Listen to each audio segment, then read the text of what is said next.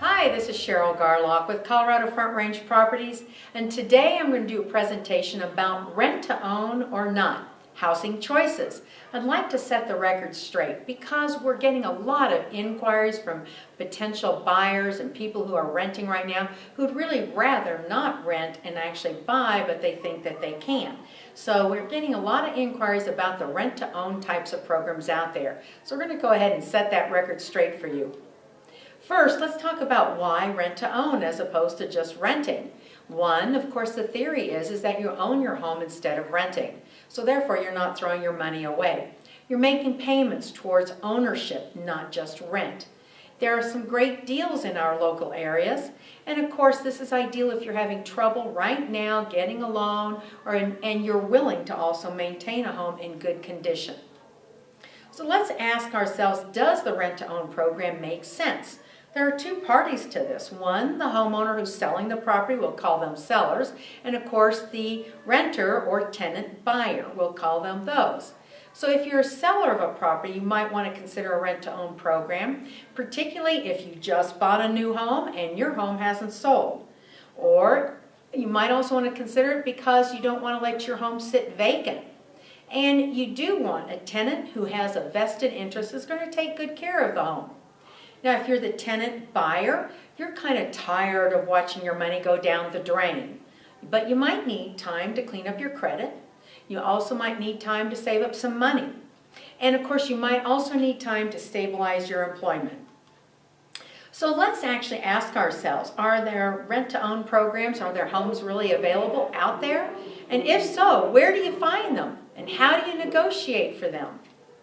Well, let's talk about what the actual multiple listing services have to tell us about how available these units really are.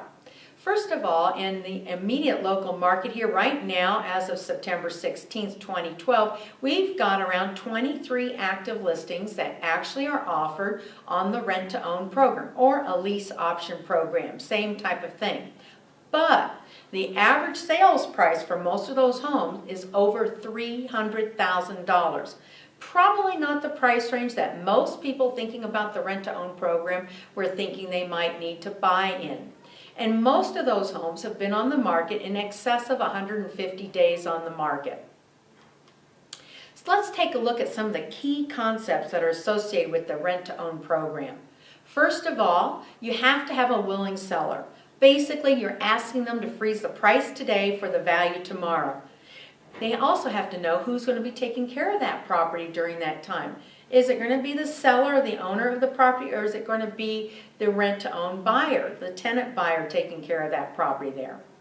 Will there be appraisal issues later on? We're talking about negotiating for a property today based on a valuation we set forth today, but will it be valued at that same price tomorrow, in the years to come, say 1 year, 2 years, 3 years down the road? Or if you've negotiated a higher price for that value, speculating that it'll be a higher price in the future, will it actually get there? It's a bit of an unknown certainty. And then, of course, how much option money does the seller ask you for? They've got fees to pay. They've got realtors to potentially pay. They've got other things to go ahead and pay. So they need more than your normal security deposit type of situation. So usually they're going to require several $1,000s. Could be $5,000, $7,000, $10,000. It just depends on the property. Could be in excess of that. And they would get a credit on that once they go ahead and actually perform and close on the transaction when the tenant buyer actually buys the property. But if they walk on the deal, that is the tenant buyer walks on the deal, they would lose all of their option money. So now let's talk about the other party to the transaction. That would be the semi-qualified tenant buyer. So the first question the seller is going to ask always is, why can't you qualify to buy a home today? So you need to have good reasoning for why you can't qualify for that home today and what steps you're taking to ensure that you will qualify to buy that home tomorrow. So the next thing you need to know as the tenant buyer is how much of that rent that you're paying per month, how much of that will count towards your down payment on that home. Will any of that count up towards that, or none of it count towards that? And then will you as the tenant buyer still feel the same way about the home a year or 2 or 3 down the road? Will you still want to then buy that home? Not everybody wants to buy the home that they've been renting in. When you've actually bought a home that you've actually bought from the get-go, we kind of learn to adapt and to accept the things that we don't necessarily like about that home, and we learn to either live with it or make changes because we can, because we're the happy homeowner then. But if you're renting that home and you don't really fully own it yet, you might have a change of heart. And if you do have a change of heart, or for some reason you as the tenant buyer cannot perform, as I mentioned earlier, will you lose that option money? Absolutely, you will definitely go ahead and lose that option money, unless of course you put some sort of safeguards in there to protect that. And that's just the process of negotiation.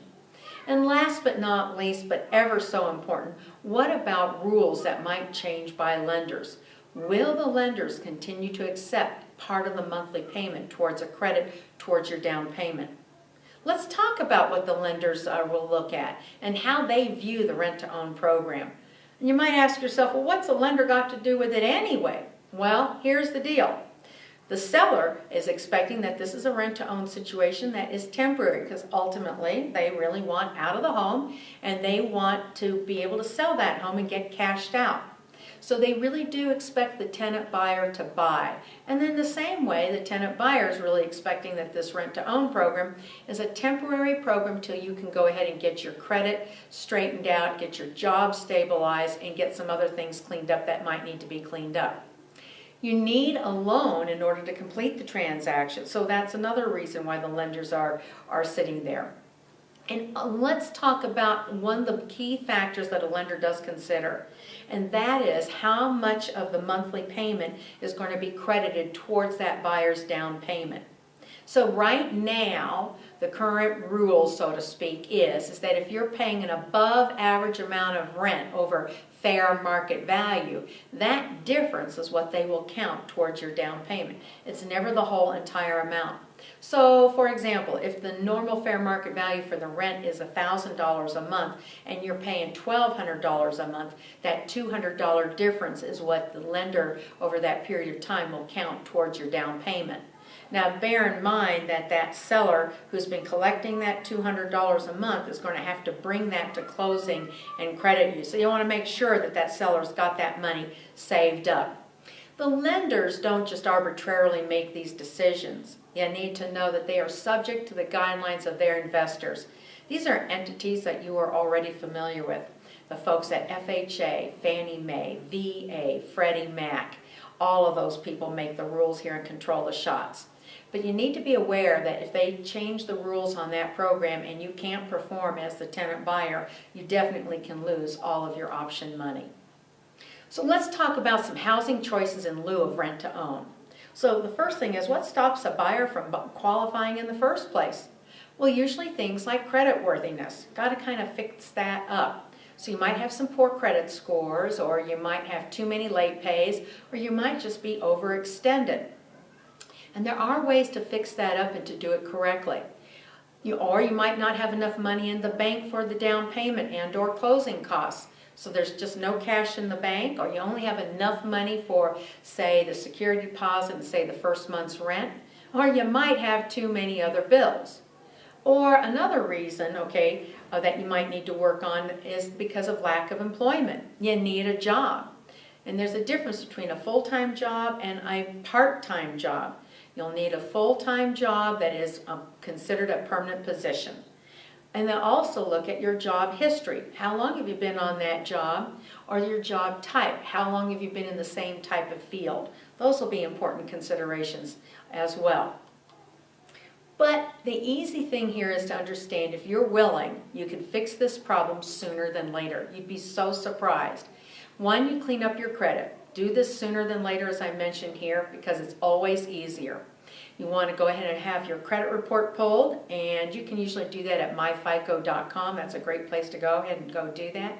You want to have a professional credit counselor review your credit report.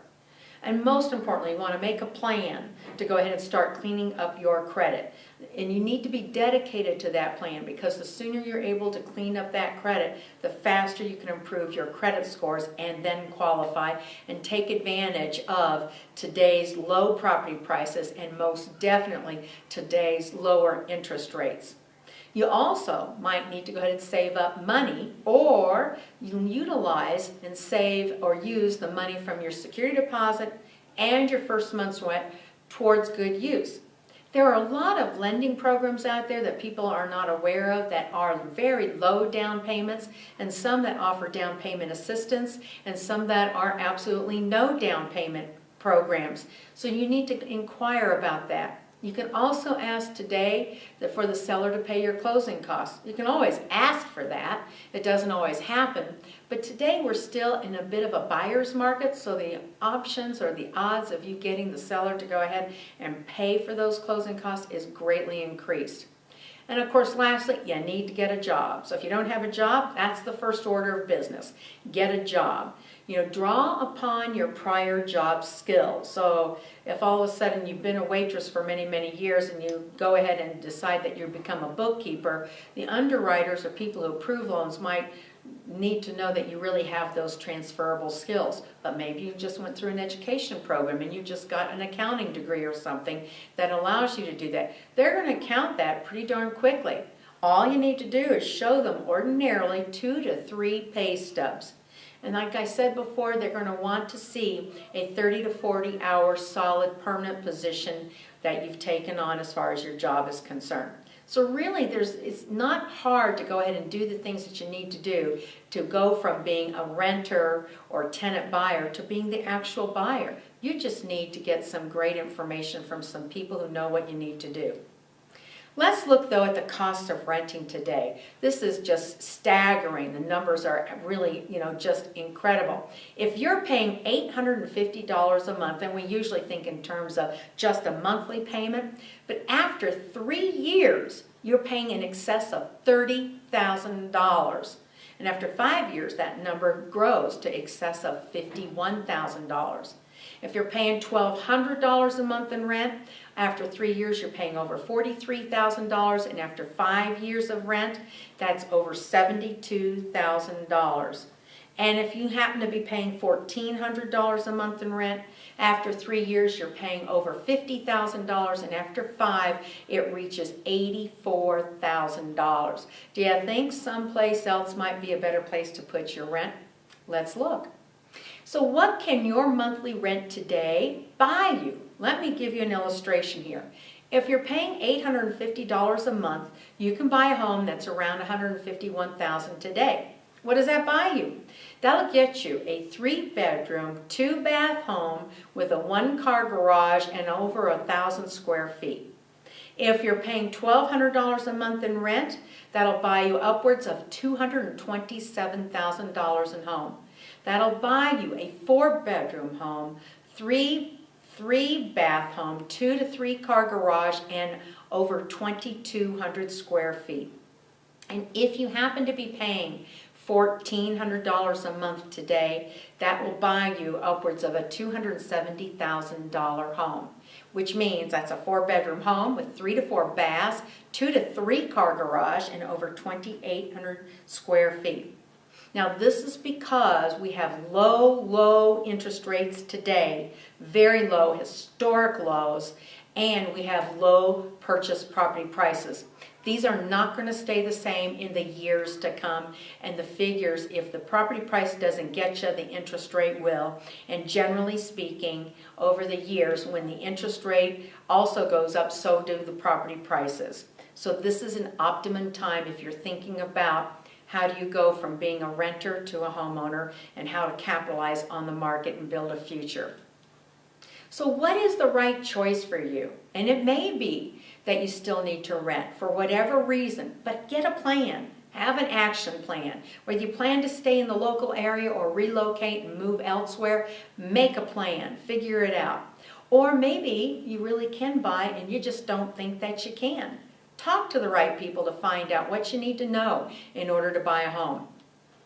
So how do you get started? Well, first of all, you consult with a realtor.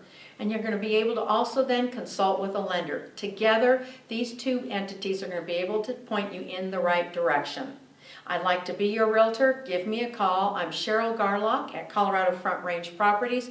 You can reach me at 719-321-7600. And you can drop me an email to Cheryl at coloradospringsbesthomes.com.